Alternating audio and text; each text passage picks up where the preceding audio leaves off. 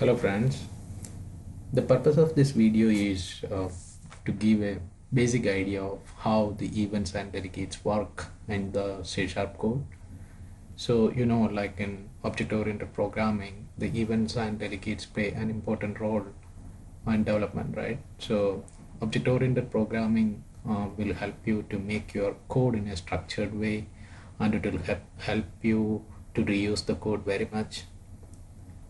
And so there are a lot of advantages, right? Like the polymorphism, inheritance, and lot many. So you can't leave the concepts of events and delegate when you follow the object-oriented programming. So I have here an example which briefly describes about these concepts. Let me open Visual Studio. I have opened that solution already here. So let us go into the code now. Here you can see I have created a class, public class called vehicle. The purpose of this this project or this solution, what it does is like it will just give an alert to the user based on the speed of the vehicle. So for that we will use the delegate and events. Okay, so let us see the code. So this is the public class vehicle class. So it has got few properties and few of the functionalities, few methods. So let us see the events and delegate part. Here you can see I have created a couple of delegates and events here, right? So let us focus on this event first. Here it is a delegate declaration, correct? So the name of the delegate is speed update delegate. So when you declare a delegate, you should use the keyword delegate, and this is the return type, and this is the delegate name. So as you know, like delegate, it's kind of a placeholder for a function, right? So this delegate can point to any function which has a return type of void and which has no input arguments. So that is what it represents, the delegate represents. Okay, now what I'm going to do is I am going to create an event. How will you create an event? Event is you created using the keyword event, but the event, the type is going to be the delegate which I already created. So this on speed warning event is an event of type speed update delegate. So the advantage of event is like if you declare an event and you can subscribe to that event and you can trigger that event whenever you want. That is the purpose of event. Okay, so the two steps which we have done is created a delegate and we have created an event of that delegate type. Okay, so I put the internal variable here, internal type here, because it's specific to this particular assembly. So I use the keyword internal access modifier, we call it as like. So this is specific to an if that particular variable declaring is you are going to use only in that particular project, you can make it as an internal. That's the best practice to do it. Okay, so let us focus on this part now. So now we have the event. So now when we are going to fire this event, so I have a condition called if the speed limit goes beyond running speed is above 70 miles or 70 kilometer, whatever, you have to show an alert or you have to show a message with the help of this event by firing this event. That's what the purpose is. So where I'm using this event, see here I have a method created called accelerate. So vehicle is the class, vehicle has got a method called accelerate. In that method what we are doing, see we have a property called speed for the vehicle class.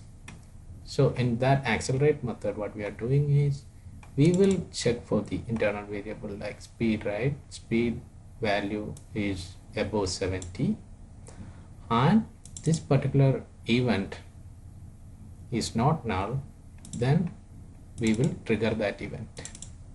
Okay, this is how you trigger the event, or you will call the event. So now what it does is it does nothing now. So when you implement or invoke it from some other class, it will invoke the particular method.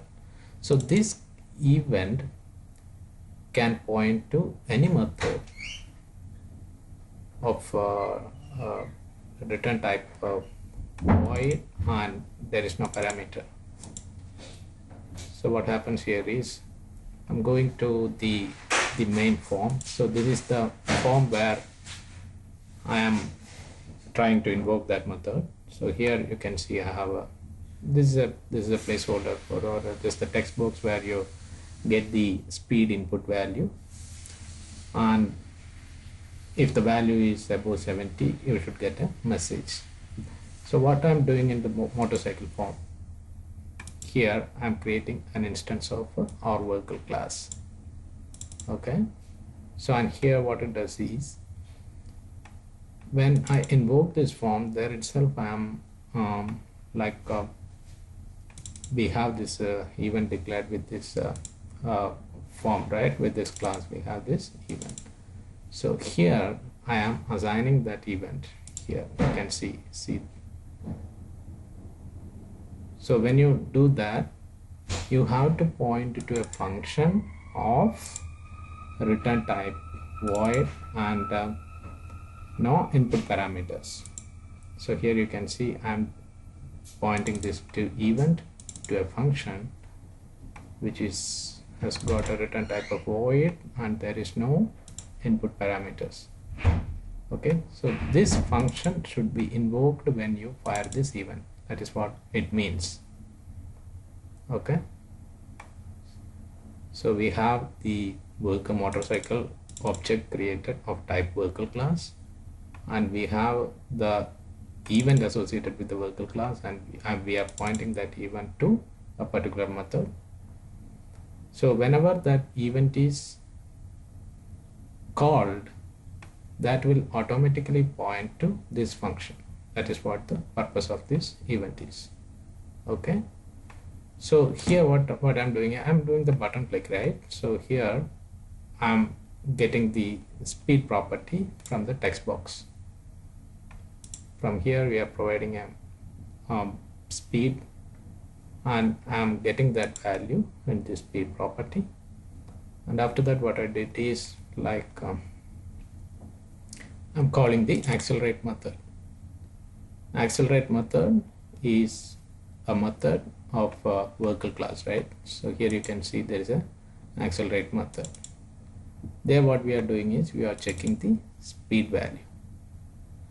If the speed is greater than 70, we are triggering the event. So since we have already wired this event in our motorcycle form, like we have wired this event to this method, right? So when we call the accelerate method, that wiring will invoke. When you call this event, that wiring will invoke this method, because that wiring is happening here, and this wiring makes the event to point to this particular function. So and the motorcycle form and in the vehicle class, so it will check and fire the event. So all of a sudden when the event is fired, it will come back to this method, and this message will be shown. Okay, let us run this and go through it so that it will make you more clear. I'm running this project, so the solution is running now. I'm just giving a value called above 70. Okay, so I'm providing some value 80 and clicking this button. I'm clicking this button.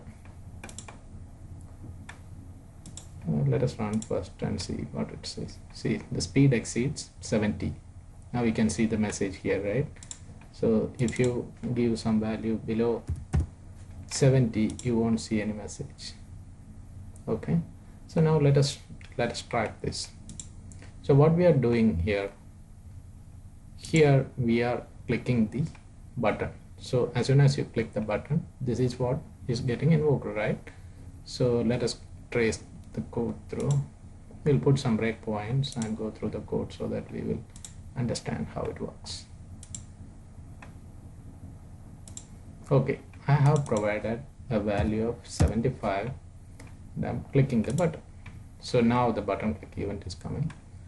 We are getting the value which we entered, right? 75 into the speed parameter for the motorcycle, right? And we are calling the just ignore this vehicle win parameter. We don't need this for this demo. And I'm calling the accelerate method of vehicle, right? When you call the accelerate method, it will automatically go to the vehicle class accelerate method, right? So because motorcycle is of type class vehicle. So now when it comes to here, we'll run here, see the breakpoint come here, the control comes over here, and we have the speed parameter value as 75, which is greater than 70. Now you can see this on speed warning event is not null, right? So this condition is true now. How come this become true? We have declared this event here in this class, and in the motorcycle form we have wired this particular event to this particular method, right? So that is why this event is not null now. This has got some value. That is what we are saying. What is that value? If you see here, it is pointing to on car speed exceed method, right? On car speed exceed method. We have this method, right? So this is pointing to on car speed exceed method. So let us go into it. So now we are calling that event. So what happened when you call this event? Because this event is wired to this particular method, now it will go to that method and fire that method. If you click run, see, you can see it come to the motorcycle forms on call speed event method, right? So now it will show this message and comes out, right? So that is how it works. So the one important thing we have to take care of is like we have to validate this condition, otherwise sometimes there's a chance for a throwing error, because if the wiring is not there, always this event variable will have no value. Okay, so you should check the nullability for this before firing the event. So this is the way you are firing events using delegates. So for example, in another scenario, like, so this is a vehicle class, right? So motorcycle is a kind of vehicle. Okay, so you can customize your message, like if it is specific to motorcycle, you can mention like motorcycle speed exceeds 70.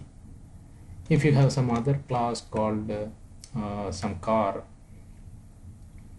okay, some Maruti car, so that again is of type vehicle, right? Vehicle car is equal to new vehicle. So in that class, then that class you can give some different implementation for this method. So you can have many class where you can customize your this event method in your own way, and you can show your desired message as per the different purpose of those classes. So this is a big advantage of events and delegates in object-oriented programming concept, and it will really a helpful tool for you when you develop big applications. in the real world. So this is a simple example where it explains how you are making the relationship with the delegate and an event, and how you are firing this event after checking the nullability condition of the event. So hope you guys understood the concept of event and delegate. Thank you for watching.